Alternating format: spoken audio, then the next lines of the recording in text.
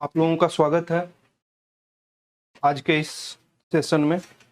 आज हम लोग सेट नंबर बिहार पुलिस के सेट नंबर 5 को डिस्कस करेंगे। ठीक है, तो आइए शुरू करते हैं। साइंस से हम लोग शुरू करेंगे।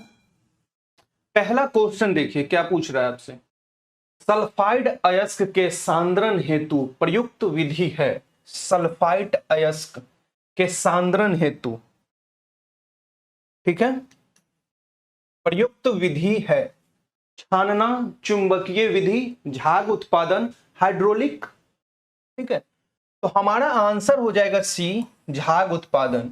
ऐसे याद रखिएगा कि खनिज जो अयस्क होगा उसका जो सांद्रण होगा, क्या पूछ रहा है, सल्फाइड अयस्क के सांद्रण हेतु प्रयुक्त विधि, तो झाग, कोई भी जो उत्पादन होगा ना झाग उत्पादन से होगा खनिज का। ठीक है, तो हमारा आंसर सी हो जाएगा। नेक्स्ट क्वेश्चन देखते हैं। देखिए क्या पूछ रहा है। एड्रीनेलिन एक हार्मोन है जो प्रभावित करती है वृद्धि तथा उपापचय दर, शर्करा उपापचय और रक्तदाब और मूत्र की मात्रा। आंसर हमारा सी होगा, रक्तदाब। एड्रीनेलिन एक हार्मोन है जो हमें हमारे मस्तिष्क को तेज गति से सोचने का शक्ति देती है। ऊपर से हमें सांस लेने में, हमारे फेफड़े को सांस लेने में सहायता प्रदान करती है। ठीक है, और मस्तिष्क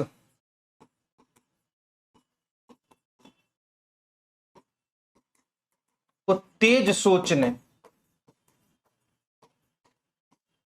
ठीक है, रक्तदाब तो है, होता ही है, तो आंसर हमारा रक्तदाब हो जाएगा सी। राम राम। ठीक है, चलिए नेक्स्ट क्वेश्चन देखिए क्या है। सर रोनाल्ड रॉस ने खोज निकाला है कि ए, मलेरिया का परागमन मच्छरों द्वारा होता है। मलेरिया का जो परागमन है क्या वो मच्छरों द्वारा होता है? हाँ, यही होगा आंसर। मलेरिया का परागमन मच्छरों द्वारा होता है। इनको सर रोनाल्ड रॉस को इस 1902 में नोबेल पुरस्कार मिला है। नोबेल पुरस्कार मिला है। ये कहां के हैं? तो ये ब्रिटिश नागरिक, जिसे आजकल हम लोग इंग्लैंड या यूके बोलते हैं, यूनाइटेड किंगडम। ठीक है, ब्रिटिश नागरिक हैं और ये प्रथम ब्रिटिश नागरिक हैं। प्रथम ब्रिटिश नागरिक। अगर आपसे कभी पूछे कि प्रथम ब्रिटिश नागरिक जिन्हें चिकित्सा में, नागरिक जिन्हें चिकित्सा में नोबेल मिला है, चिकित्सा में नोबेल पुरस्कार मिला है। ठीक है, देखिए यहां पे दो क्वेश्चन। सर रोनाल्ड रॉस ने खोज निकाला है, तो किसका? मलेरिया का परागमन मच्छरों द्वारा होता है। और दूसरा, इन्हें कब नोबेल पुरस्कार मिला है? तो 1902 में। ठीक है, ये कहां के हैं? तो ब्रिटिश के। और ये प्रथम ब्रिटिश नागरिक हैं जिन्हें चिकित्सा में नोबेल पुरस्कार मिला है। ठीक है, प्रथम ब्रिटिश नागरिक है जिन्हें चिकित्सा में नोबेल पुरस्कार मिला है।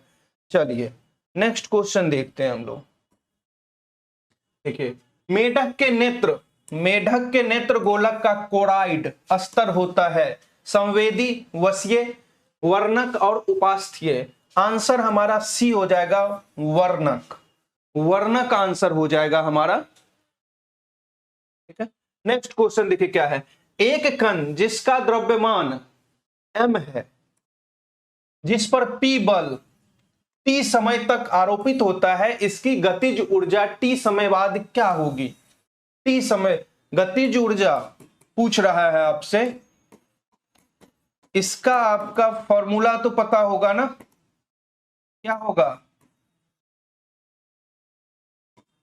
p²/2m, p²/2m होगा। तो हम ऐसे देखिए क्या क्या है, द्रव्यमान हमारा नीचे चला आएगा तो 2m हो जाएगा, और p और t, तो p और t का होल स्क्वायर। क्या हम ऐसे लिख सकते हैं इसे? p² t² by 2m। हमारा आंसर देखिए कहीं पे है p square T square 2m, answer हमारा बी हो जाएगा। गतिज ऊर्जा का फॉर्मूला क्या होता है, E equal to p square by 2m। उसके बाद हम लोग इसको ऐड कर देंगे, p square by 2m, answer हो जाएगा। ठीक है, बी आंसर हो जाएगा इसका। नेक्स्ट क्वेश्चन देखिए क्या है, निम्न में किससे ध्वनि तरंग गमन नहीं कर सकता है। ध्वनि तरंग गमन नहीं कर सकता है। ध्वनि तरंग के बारे में जानते हैं कि इसे ध्वनि के लिए कोई न कोई भौतिक, कोई फिजिकल माध्यम की जरूरत होती है, भौतिक माध्यम की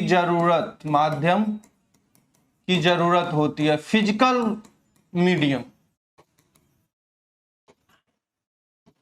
ठीक है, क्या पूछ रहा है, निम्न में किससे ध्वनि तरंग गमन नहीं कर सकता है, तो फिजिकल मीडियम की जरूरत होती है, हीलियम गैस से, निर्वात से, वायु से, धात्विक लोहे के छड़। नहीं कर सकता है तो निर्वात से नहीं करेगा, क्योंकि इसे फिजिकल मीडियम का जरूरी होता है। ठीक है, तो आंसर हमारा बी होगा। चलिए नेक्स्ट क्वेश्चन देखिए, मानव का रेटिना दृष्टिपटल नेत्र लेंस से कितनी दूरी पर स्थित रहता है। नेत्र लेंस से कितनी दूरी पर, डिस्टेंस पूछ रहा है आपसे, डिस्टेंस कि रेटिना और नेत्र लेंस के बीच में कितना डिस्टेंस है। ठीक है, तो 1 mm, 1 cm, 2 cm और 5 cm। आंसर हमारा 2 cm होगा, मगर आप कभी कभी देखोगे 2.5 cm भी लिखा रहता है, 2.5 cm। ठीक है, 2 cm तो यहां पे आंसर हमारा सी हो जाएगा, मगर कब आप देखोगे 2.5 cm भी रहता है। ठीक है, नेक्स्ट क्वेश्चन देखिए क्या है, विद्युत विभव कौन सी राशि है, अदिश सदिश दोनों कोई नहीं। आंसर हमारा अदिश राशि है, विद्युत विभव अदिश राशि है। ठीक है, देखिए नेक्स्ट क्वेश्चन देखिए आप लोग क्या है, निम्न में ऊर्जा का सबसे बड़ा मात्रक कौन है। ऊर्जा का सबसे बड़ा मात्रक कौन होगा,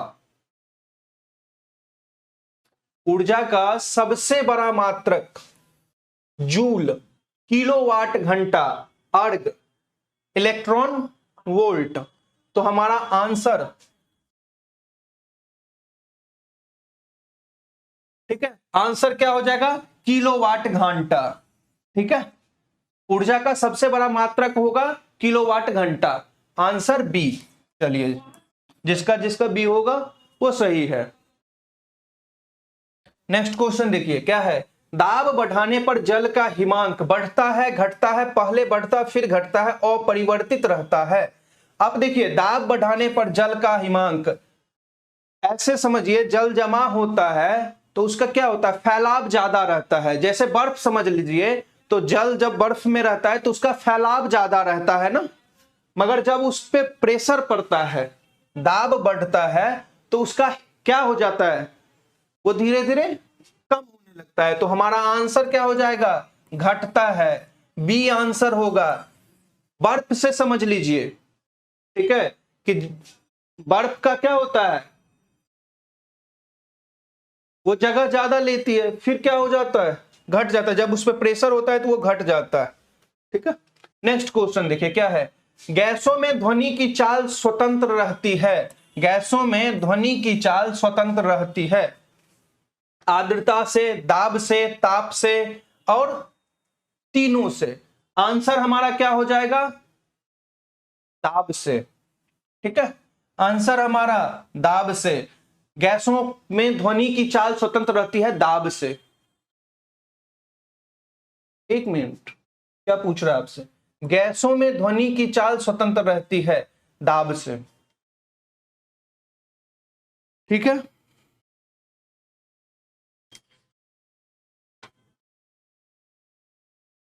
ठीक है, हाँ दाब से।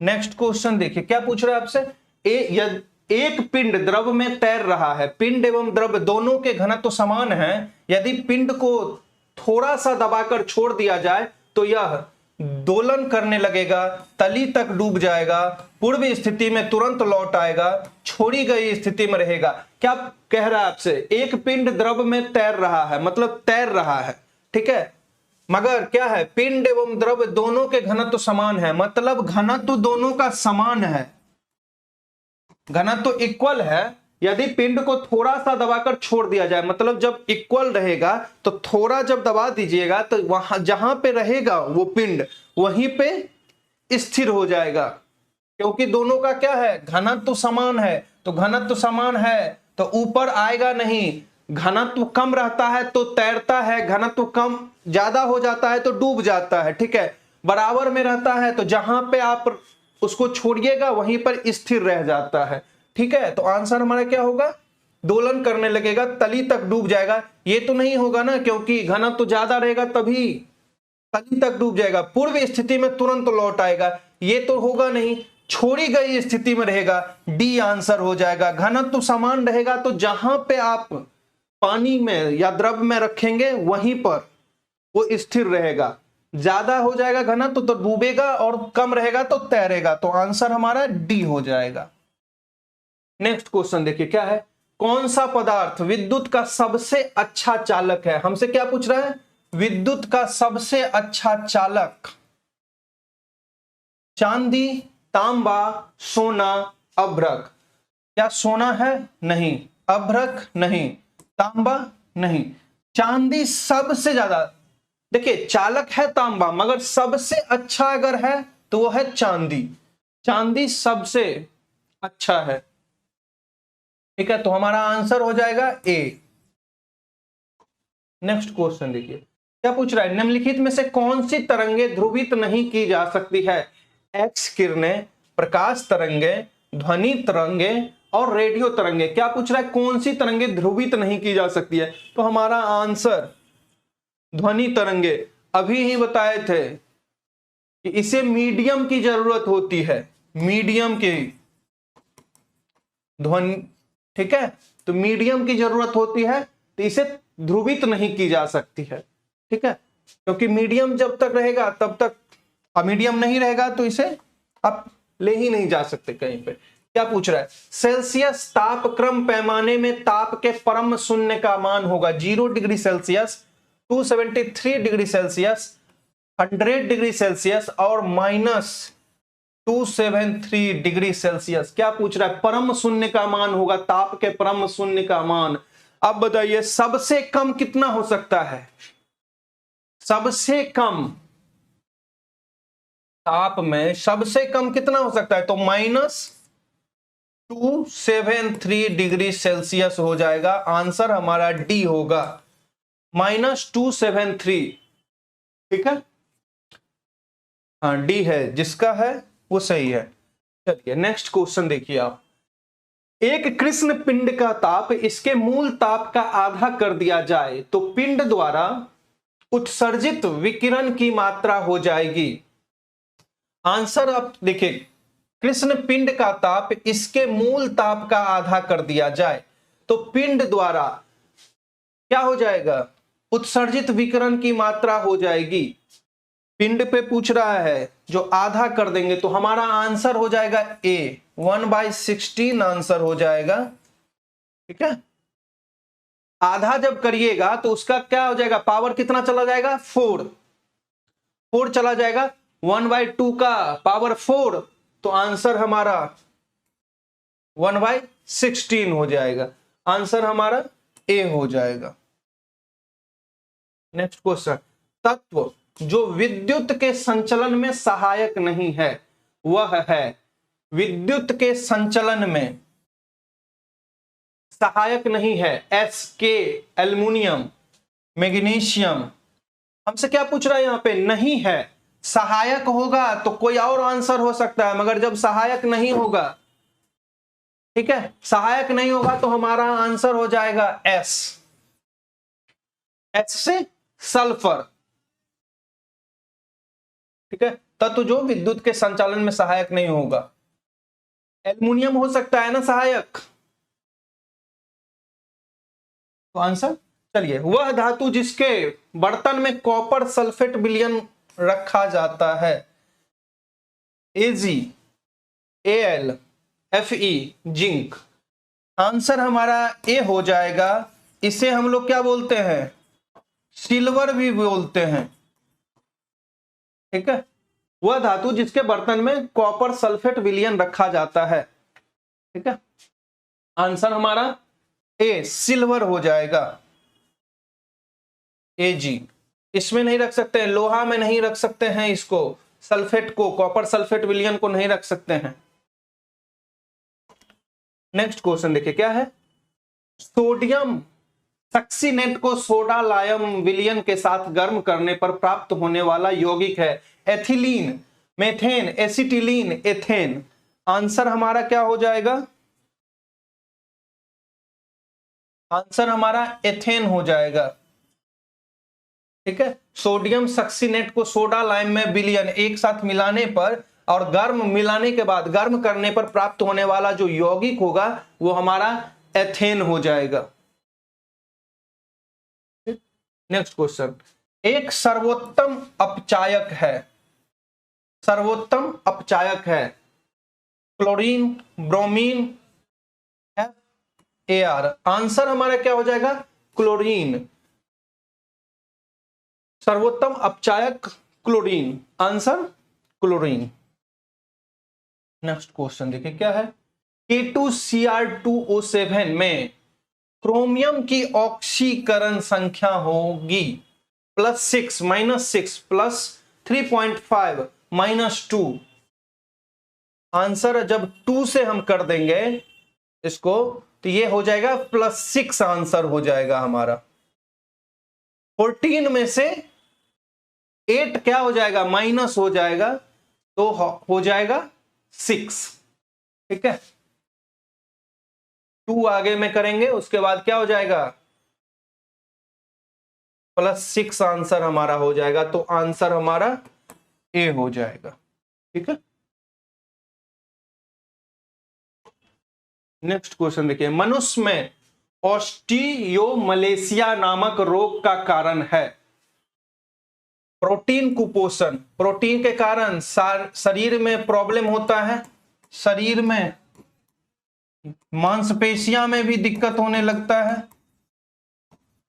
मांसपेशियों में भी दिक्कत, कार्बोहाइड्रेट के कारण भी यही प्रॉब्लम हो जाता है, मांसपेशी में थकान रहने लगती है, मांसपेशियां थकान रहने लगती है, थकान। उसके बाद विटामिन बी की कमी, बेरी बेरी बेरी बेरी ये होती है। चलिए, विटामिन डी की कमी क्या बोल रहा है? ऑस्टियोमलेशिया नामक रोग का कारण है विटामिन डी के कमी के कारण। विटामिन डी के कमी के कारण हड्डी में, बोन में प्रॉब्लम होने लगता है। ठीक है, इसीलिए क्या बोला जाता है कि कैल्शियम खाओ, है ना। तो आंसर हमारा डी हो जाएगा, विटामिन डी के कमी के कारण। हाँ, डी होगा आंसर।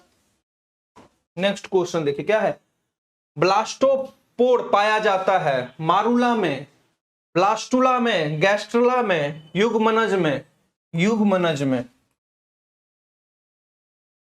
ये अंडे से संबंधित है। ठीक है, दोनों निषेचन करने के बाद होता है।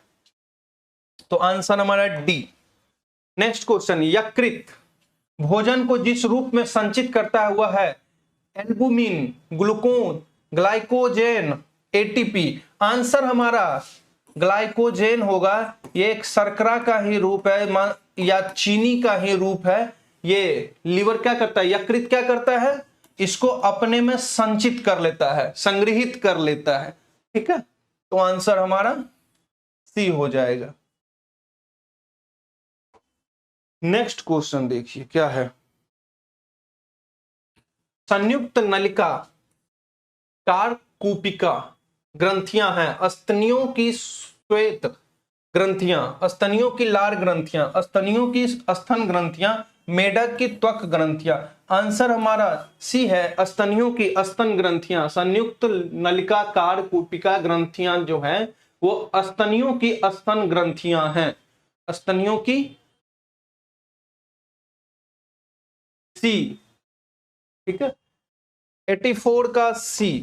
नेक्स्ट क्वेश्चन देखिए क्या है, आपसे पूछ रहा है निम्नलिखित में से कौन सा पदार्थ प्रत्येक जीवित कोशिका में पाया जाता है। कौन सा पदार्थ प्रत्येक जीवित कोशिका में, जैसे हम लोग हैं या कोई भी जीवित कोशिका में पाया जाता है। प्रोटीन, पर्णहरित, क्लोरोफिल, मॉड, हीमोग्लोबिन।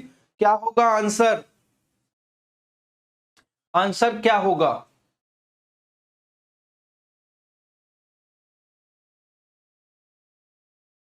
बताइए 85 का क्या होगा आंसर?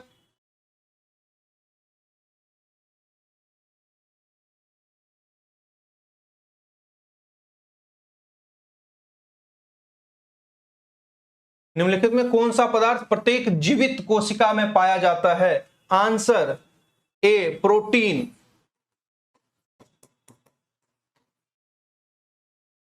सभी जीवित कोशिका में क्या होता है? प्रोटीन पाया जाता है, प्रोटीन। ठीक है,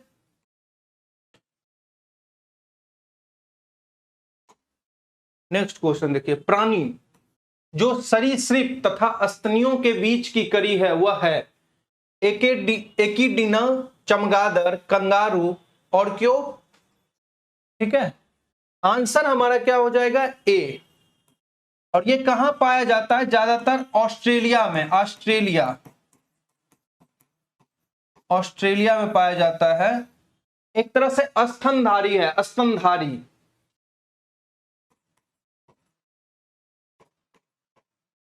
एकिडीना सरीसृप तथा स्तनियों के बीच की कड़ी है एकिडीना। ठीक है, नेक्स्ट क्वेश्चन क्या है देखिए क्या है। शल्य क्रिया में ऑर्थोप्लास्टी क्या है? शल्य क्रिया में ऑर्थोप्लास्टी क्या है? ओपन हार्ट सर्जरी, गुर्दा प्रत्यारोपण, कुल्हे के जोड़ का प्रत्यारोपण, रुधिर आदान। आंसर देखिए क्या हो सकता है? ओपन हार्ट सर्जरी, शल्य क्रिया। शल्य क्रिया का मतलब क्या हो जाता है? शल्य क्रिया का मतलब क्या होता है? जब आप कभी भी ऑर्थोपेडिक डॉक्टर के पास जाइएगा या देखिएगा, वो यही लिखे रहते हैं शल्य चिकित्सक। तो शल्य क्रिया में ऑर्थोप्लास्टी, तो ओपन हार्ट सर्जरी नहीं होगा, गुर्दा किडनी का ट्रांसप्लांटेशन नहीं होगा, कुल्हे के जोड़ का प्रत्यारोपण होगा, रुधिर आदान ये भी नहीं होगा। तो आंसर हमारा सी हो जाएगा। ये क्या हो जाएगा? बोन से कुल्हे के जोड़ का प्रत्यारोपण। ये हड्डी के रोग विशेषज्ञ, हड्डी रोग विशेषज्ञ का काम है ये। ठीक है,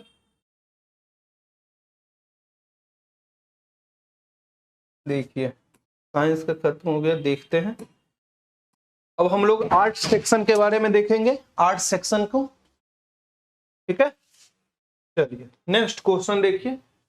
मानचित्र पर सागर की लवणता को दर्शाया जाता है आइसोगोनिक रेखा द्वारा, आइसोहेलाइन द्वारा, आइसोक्लाइन द्वारा, आइसोहेल द्वारा। आंसर हमारा क्या हो जाएगा? आइसोहेलाइन द्वारा।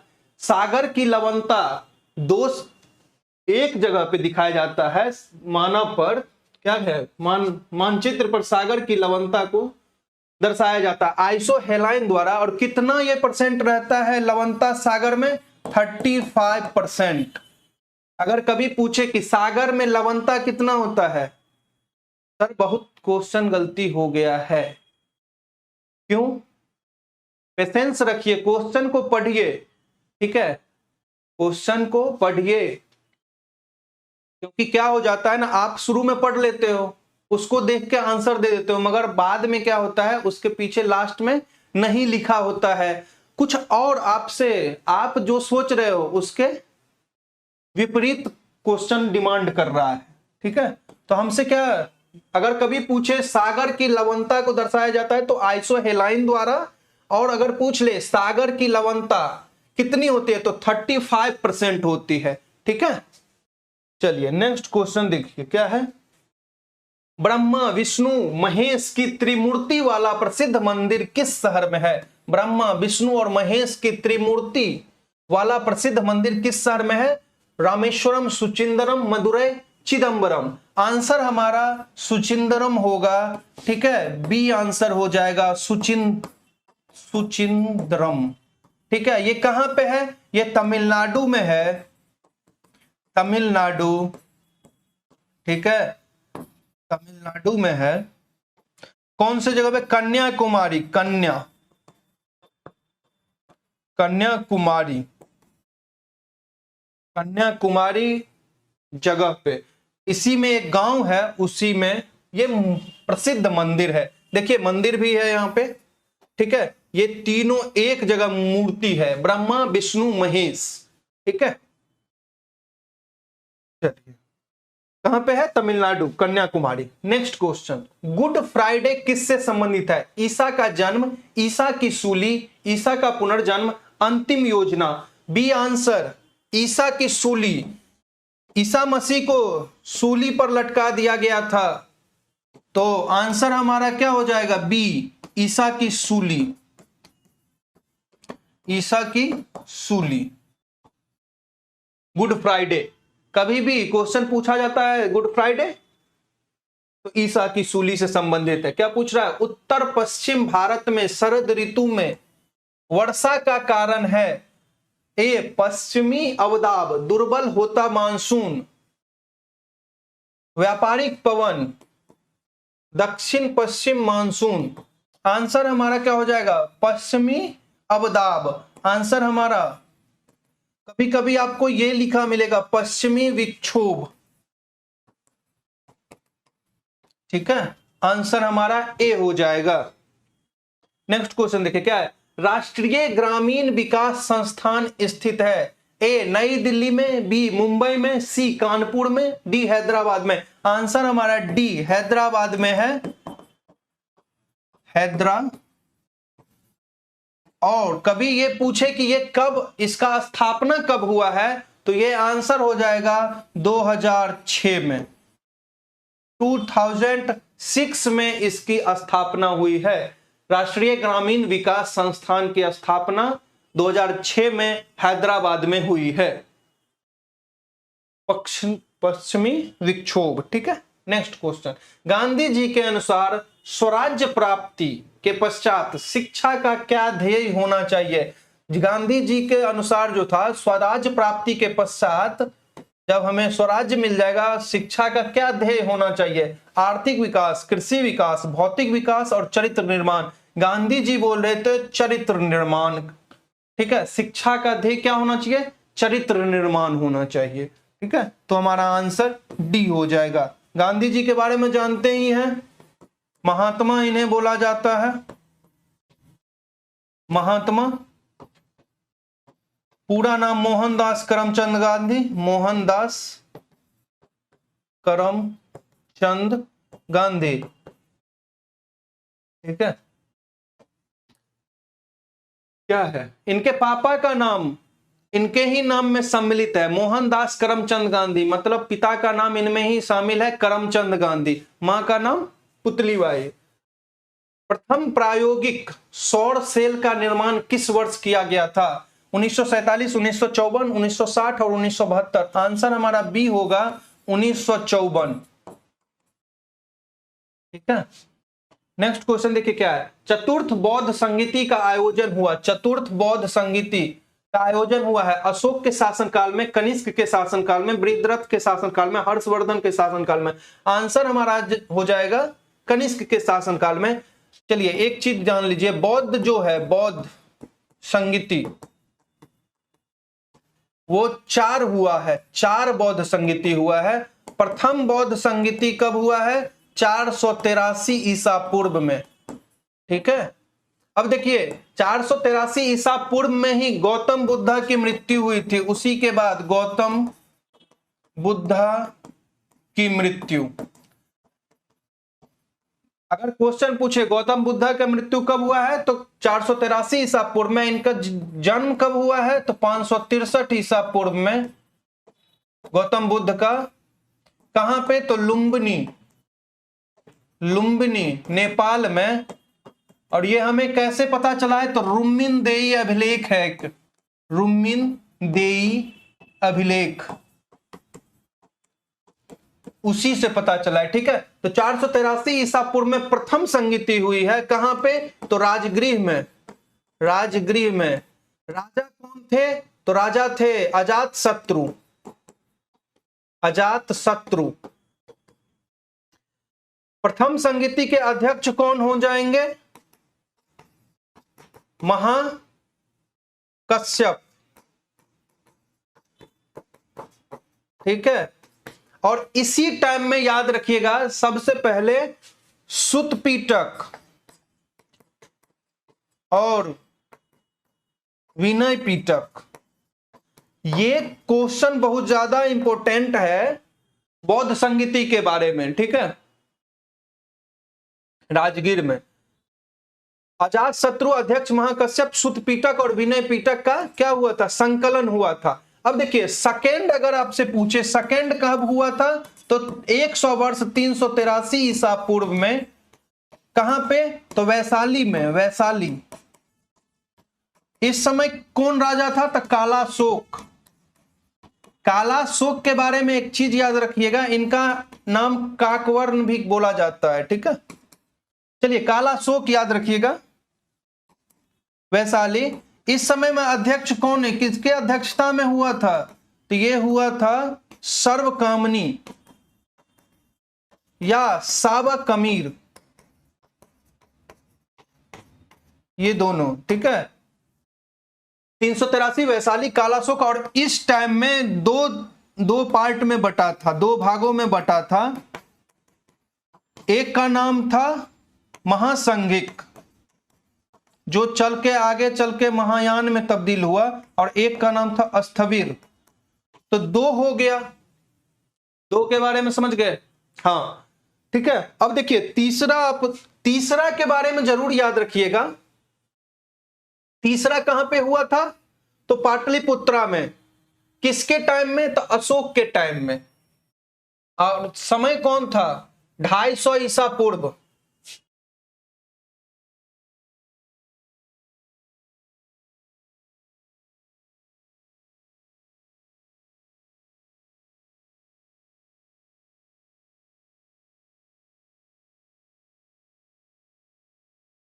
अरे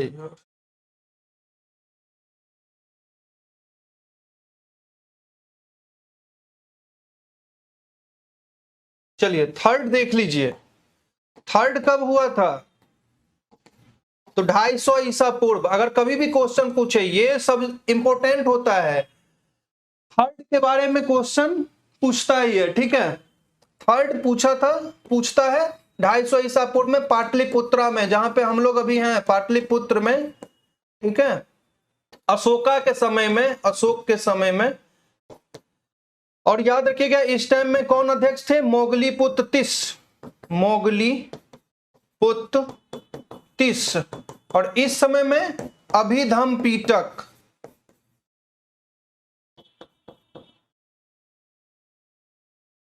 ठीक है, कि संकलन हुआ था। ठीक है, अशोका के बारे में याद रखिएगा। चतुर्थ कब हुआ था? तो ये पता ही है, प्रथम सदी में हुआ था, प्रथम शताब्दी। कनिष्क था शासक। कहां पे? तो कुंडल वन में। और अध्यक्ष कौन थे? तो वसुमित्र।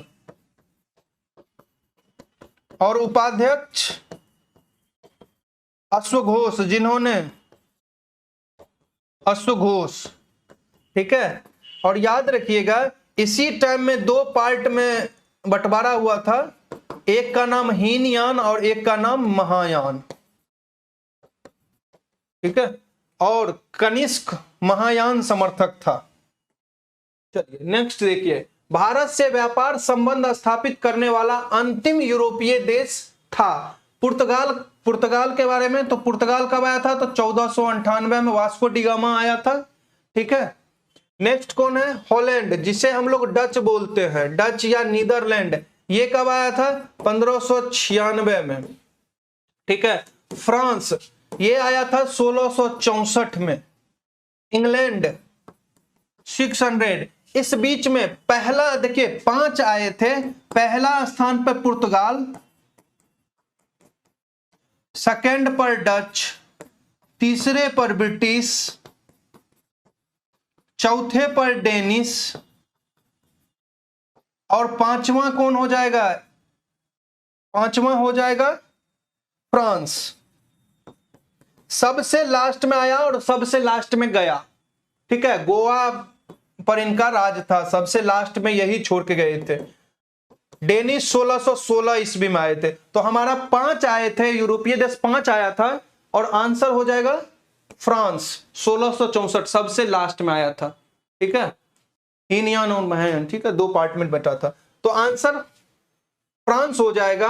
1498 में पुर्तगाल, 1596 में डच, उसके बाद तीसरे नंबर पर आया था इंग्लैंड 1600 में, उसके बाद 1664 में आया था फ्रांस और 1616 उससे पहले डेनिश आ गया था। ठीक है, चलिए नेक्स्ट देखिए क्या है। अशोक द्वितीय के नाम से किसे जाना जाता है? अशोक द्वितीय के नाम से कनिष्क को जाना जाता है। और ये क्यों नाम से जाना जाता है? तो बौद्ध धर्म के प्रचार प्रसार में, बौद्ध धर्म के प्रचार प्रसार में महत्वपूर्ण भूमिका निभाने के कारण।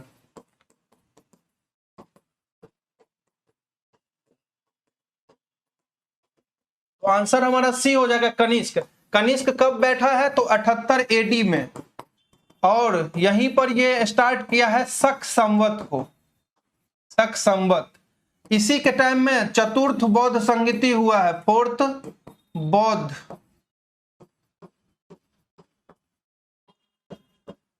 ठीक है, और इनके बारे में एक चीज याद रखिएगा, ये चित्रकला या मूर्तिकला याद रखिएगा, मूर्तिकला। इन्हीं के समय में 2 मूर्तिकला, गांधार शैली और मथुरा शैली। ठीक है, एक शहर का भी स्थापना किया है कनिष्कपुर का स्थापना, जो कहां पे है? कश्मीर में। ठीक है, शक संवत का 78 एडी में, जो आज भी हम लोग यूज करते हैं। समुद्रगुप्त गुप्त वंश का था। इसे क्या बोला जाता है? नेपोलियन। भारत का नेपोलियन किसे बोला जाता है? समुद्रगुप्त को। चंद्रगुप्त मौर्य भारत का मुक्तिदाता। अगर कभी क्वेश्चन आपसे पूछे भारत का मुक्तिदाता किसे बोला जाता है?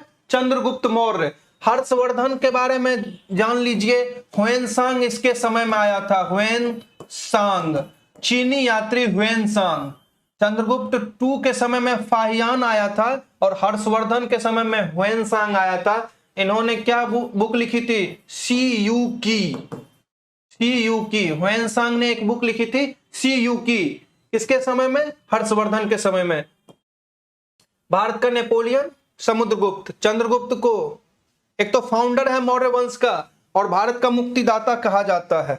चलिए नेक्स्ट क्या है? निम्नलिखित में से किसने 712 ईस्वी में भारत पर आक्रमण किया था? मोहम्मद बिन तुगलक, मोहम्मद गजनी, मोहम्मद गौरी और मोहम्मद बिन कासिम। आंसर हमारा हो जाएगा मोहम्मद बिन कासिम।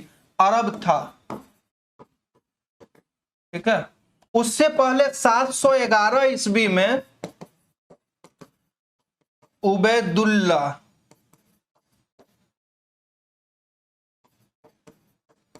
और अब्दुल्ला भारत पर आक्रमण किया था, मगर असफल हो गया था। भारत पर असफल आक्रमण। अगर कभी क्वेश्चन पूछे तो ये आंसर याद रखिएगा। 711 में सबसे प्रथम आक्रमण किया था उबैदुल्ला और अब्दुल्ला ने। ठीक है, वो असफल हो गया था। उसके बाद मोहम्मद बिन कासिम ने किया था सिंध। ठीक है, पाकिस्तान के तरफ किया था। यहां पे राजा दाहिर सेन को हराया था। राजा दाहिर सेन को हराया। ठीक है, चलिए तो आंसर हमारा मोहम्मद बिन कासिम हो जाएगा। इसके बाद से ही अरबों का, तुर्कों का क्या हुआ? अपने देश पर आक्रमण होना स्टार्ट हुआ। ठीक है, हाँ, उबैदुल्ला और अब्दुल्ला। निम्नलिखित में से सबसे अधिक सुधारवादी भक्ति संत कौन थे? रामानंद, तुलसीदास, कबीर और नामदेव। कबीर, सुधारवादी मतलब कबीर। ठीक है, नेक्स्ट क्वेश्चन क्या है? जालियांवाला बाग हत्याकांड की तारीख है। जालियांवाला बाग हत्याकांड की तारीख है 13 अप्रैल 1919। बी आंसर हो जाएगा। जालियांवाला बाग हत्याकांड हुआ क्यों था? तो डॉक्टर सैफुद्दीन किचलू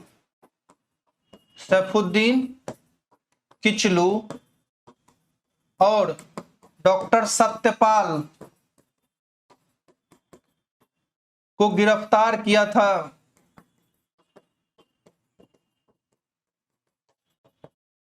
डॉक्टर सैफुद्दीन किचलू और डॉक्टर सत्यपाल को ब्रिटिश पुलिस द्वारा गिरफ्तार किया गया था।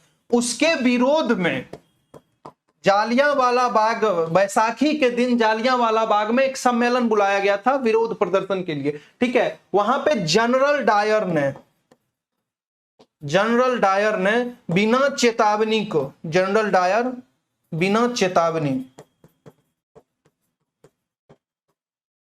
बिना चेतावनी का फायर झोंक दिया था। ठीक है, अब फायर झोंक दिया तो बहुत लोगों की मृत्यु हुई, मगर इससे एक चीज याद जरूर रखिएगा कि रविंद्रनाथ टैगोर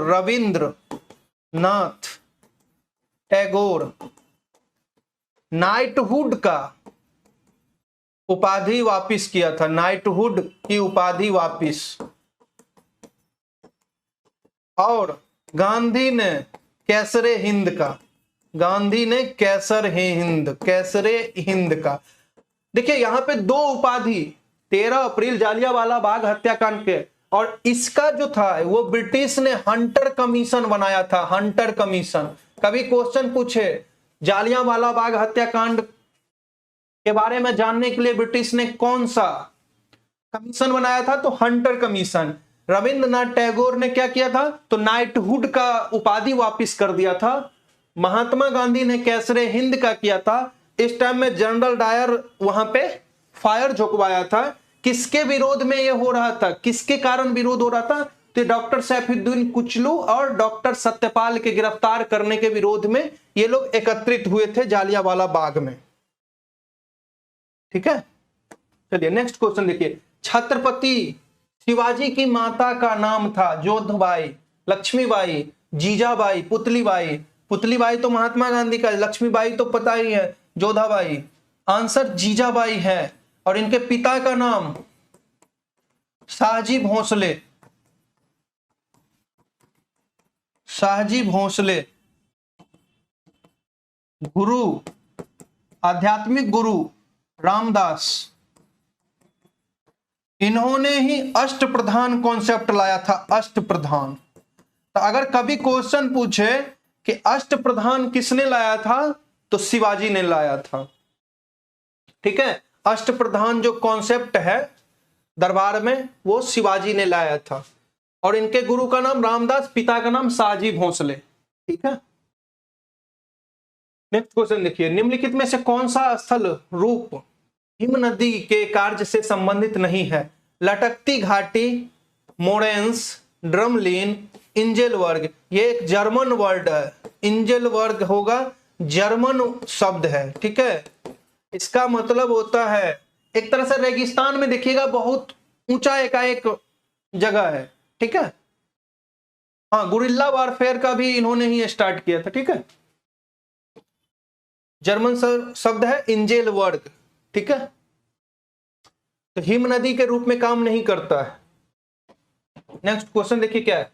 निम्नलिखित में से कौन सा महाद्वीपीय पठार नहीं है? दक्कन का पठार, ऑस्ट्रेलिया का पठार, ग्रीनलैंड का पठार, पेटागोनिया का पठार। आंसर हमारा हो जाएगा दक्कन का पठार।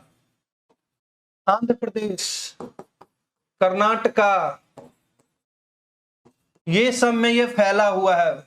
ठीक है, एक तरफ से समझिए पश्चिम दक्षिण। ठीक है, दक्कन का पठार दक्षिण, महाराष्ट्र में भी ये फैला हुआ है, महाराष्ट्र। तो आंसर हमारा दक्कन का पठार होगा। नेक्स्ट क्वेश्चन देखिए क्या है। निम्नलिखित में से कौन सा नगर दिल्ली कोलकाता रेल मार्ग पर नहीं पड़ता है। दिल्ली कोलकाता मतलब बिहार दिल्ली से कोलकाता जाने के लिए तो पटना होते हुए जाएगा या बिहार होते हुए जाएगा, या ऐसे समझ लीजिए तो दिल्ली से पटना आ रहे हैं हम लोग राजधानी से, तो कौन सा जगह क्रॉस नहीं करेगा? कानपुर करेगा, करेगा ही, इलाहाबाद भी कर लेगा, और ये क्या पूछ रहा है? कोलकाता पूछ रहा है, तो गया भी करेगा। आंसर हमारा डी हो जाएगा, वाराणसी। देखिए यहां पे दिल्ली से टुंडला आया, कानपुर आया, इलाहाबाद आया, मुगल सराय, फिर पटना, फिर मधुपुर, आसनसोल, कोलकाता, इस बीच में गया आ जाएगा। ठीक है, चलिए तो आंसर हमारा वाराणसी। वाराणसी ये रूट ही अलग हो जाएगा। नेक्स्ट क्या है? निम्नलिखित में से कौन सा उद्योग यूरोप के रूर औद्योगिक प्रदेश में प्रसिद्ध है? वस्त्र एवं रसायन, इस्पात एवं इंजीनियरिंग, सीमेंट एवं कागज, पोत निर्माण। आंसर हमारा बी हो जाएगा, इस्पात एवं इंजीनियरिंग। इस्पात एवं इंजीनियरिंग। ठीक है। पनामा नहर किन दो महासागरों को जोड़ती है? पनामा नहर, पनामा नहर कौन से दो महासागर को जोड़ती है? तो देखिए क्या है, प्रशांत महासागर और अटलांटिक है ना, अटलांटिक ओशन और प्रशांत महासागर, इसके बीच में एक क्या है? नहर है, उत्तरी अमेरिका। ठीक है, तो आंसर हमारा ए हो जाएगा। पनामा एक देश भी है ना जिसका राजधानी पनामा सिटी है, और अपने यहां पर एक पेपर लीक हुआ था, पनामा पेपर लीक, जिसमें पता चला कि बहुत लोग पैसा पनामा में रखे हैं, है ना।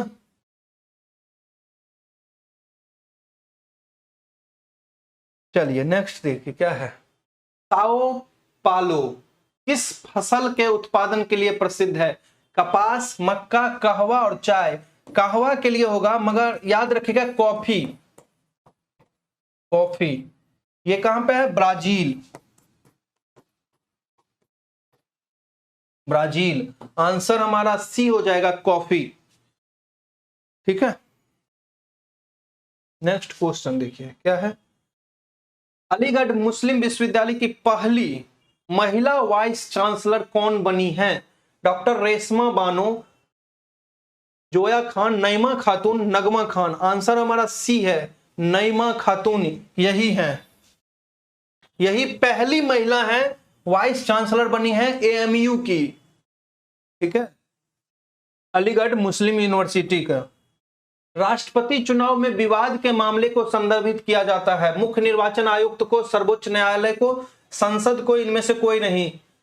जब कोई भी विवाद हो जाता है तो हम लोग कहां चले जाते हैं? सर्वोच्च न्यायालय। तो आंसर हमारा हो जाएगा बी, सर्वोच्च न्यायालय, सुप्रीम कोर्ट, राष्ट्रपति चुनाव के विवाद को हल करने के लिए। ठीक है, नेक्स्ट। क्षेत्रीय परिषद का पदेन अध्यक्ष होता है कोई भी एक केंद्रीय मंत्री। उस राज्य का राज्यपाल जहां क्षेत्रीय परिषद की बैठक होती है, उस राज्यपाल का मुख्यमंत्री, जहां सदस्यों द्वारा निर्वाचित राज्य का मुख्यमंत्री। आंसर हमारा कोई भी एक केंद्रीय मंत्री होगा। क्षेत्रीय परिषद का पदेन अध्यक्ष कोई भी एक केंद्रीय मंत्री होगा। ठीक है,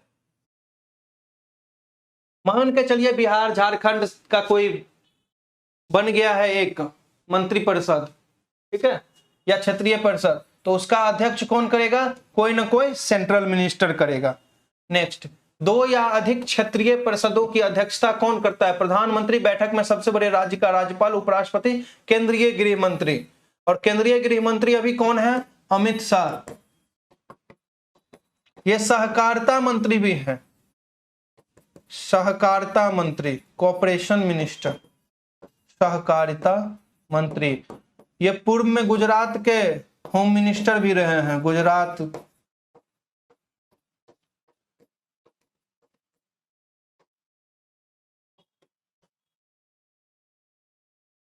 में पूर्व गृह मंत्री, भाजपा के राष्ट्रीय अध्यक्ष भी रह चुके हैं, राष्ट्रीय महासचिव भी रह चुके हैं।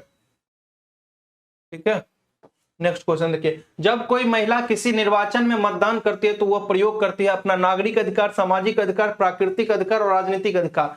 वोट करने का अधिकार राजनीतिक मोटा भाई, हाँ। राजनीतिक अधिकार है, डी। वोट करने का अधिकार क्या है? राजनीतिक अधिकार है। क्या है?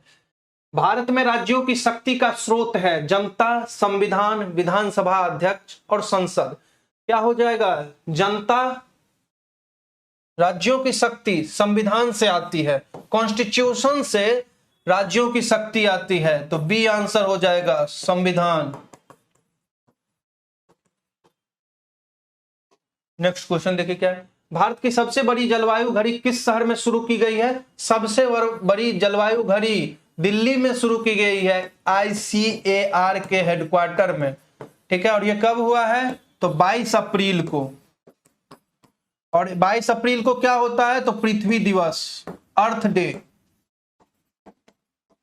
अर्थ डे 22 अप्रैल, अर्थ डे। ICAR हेडक्वार्टर में सबसे बड़ी जलवायु घड़ी दिल्ली में लगाई गई है, तो आंसर हमारा ए, दिल्ली। चलिए नेक्स्ट क्वेश्चन। बिहार के किस पक्षी विहार को संरक्षित घोषित कर दिया गया है? बिहार के किस पक्षी विहार को संरक्षित घोषित कर दिया गया है? गोगविल झील पक्षी विहार, सरैमन पक्षी विहार, कांवड़ झील पक्षी विहार, इनमें से कोई नहीं। आंसर हमारा गोगविल झील पक्षी विहार हो जाएगा। ठीक है, ये कहां पे है? तो ये है कटिहार। यहां पे विदेशी पक्षी भी आते हैं। ठीक है, यहां पे विदेशी पक्षी भी आते हैं। उसके बाद सी, कांवड़ झील के बारे में तो जानते ही हैं, ये कहां पे है? तो बेगूसराय में, बेगूसराय।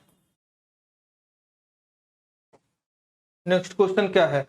बिहार में कहां पर बनाई गई देश की सबसे बड़ी इको फ्रेंडली रंगोली को इंडिया बुक ऑफ रिकॉर्ड में शामिल हुआ है? Rainbow stadium Patna, Sikandarpur stadium Muzaffarpur, Gandhi मैदान पटना, इनमें से कोई नहीं। यहां पे देखिए पिक्चर भी है और पटना में गांधी मैदान होगा।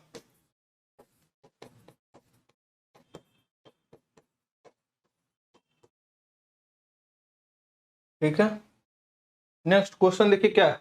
लक्षद्वीप में शाखा खोलने वाला पहला निजी बैंक कौन बन गया है? Axis bank, HDFC bank, yes bank और ICICI बैंक। आंसर बी हो जाएगा, HDFC बैंक, HDFC बैंक। ठीक है, ये कहां पे खुला है? तो कवरत्ती। ठीक है, कब? तो अप्रैल 2024 में। और इसके साथ एक चीज याद रखिएगा, ये यूटी में पहला खुला है, कोई भी शाखा, निजी बैंक का कोई भी शाखा पहला खुला है। HDFC कवरत्ती, लक्षद्वीप का राजधानी कवरत्ती, यही है ना? हाँ। क्या है? भागलपुर में हालिया आयोजित कवियों के एक सम्मेलन में निम्नलिखित में से किन्हें हिंदी साहित्य शिरोमणि अवार्ड से सम्मानित किया गया है? क्या है? राम आसर गोयल। आंसर हो जाएगा बी। ये कहां के हैं? ये यूपी के हैं। ठीक है, किसी क्षेत्र में भूमिगत जल स्तर के गिरने का क्या कारण हो सकता है? वहां की जनसंख्या में वृद्धि होना, वहां नलकूपों से अधिक जल का निष्कासन होना, वृक्षों की अधिक कटाई तथा वर्षा कम होना, इनमें से सभी। ये सभी होगा ना। जनसंख्या का वृद्धि होगा तो हम जल का उपयोग ज्यादा करेंगे, वहां नलकूपों से अधिक जल का निष्कासन होगा। जनसंख्या जैसे ही बढ़ेगा तो नलकूप से हम नल से ज्यादा पानी लेंगे। वृक्षों की अधिक कटाई तथा वर्षा कम होना, जब हमारी जनसंख्या बढ़ेगी तो वृक्ष काट के, मतलब जंगल काट के हम अपना आवास बनाएंगे ना। शहर आगे वैसे ही बढ़ता है ना, जंगल काट काट के। ठीक है, और इनमें से सभी। Answer D. कोई भी जनसंख्या जब बढ़ेगी तो क्या हो जाएगा? वृक्ष, जंगल कटेगा। किस खेल में वेब एलिस ट्रॉफी प्रदान की जाती है? यह आंसर होगा रग्बी। हॉकी में कौन सा होता है? अजलान शाह कप होता है। मेजर ध्यानचंद कप भी होता है ना, अजलान शाह। इस बार का अजलान कप कौन जीता है 2024 में? वो जापान जीता है। किसको हरा के? पाकिस्तान को हरा के। ठीक है, 6 देश भाग लेते हैं उसमें।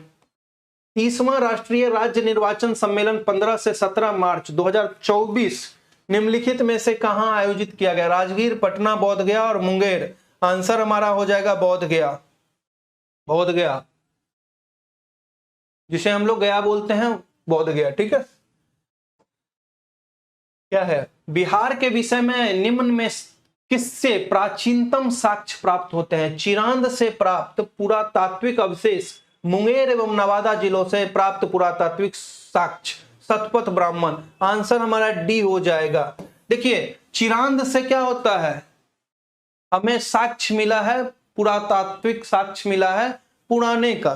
ठीक है, और मुंगेर एवं नवादा, यहां से भी हमारे साक्ष्य मिले हैं। तो ये तीनों जगह से, चिरांद, मुंगेर, नवादा, तो आंसर हमारा डी हो जाएगा। ठीक है, यहां पे जीके जीएस का क्वेश्चन समाप्त होता है।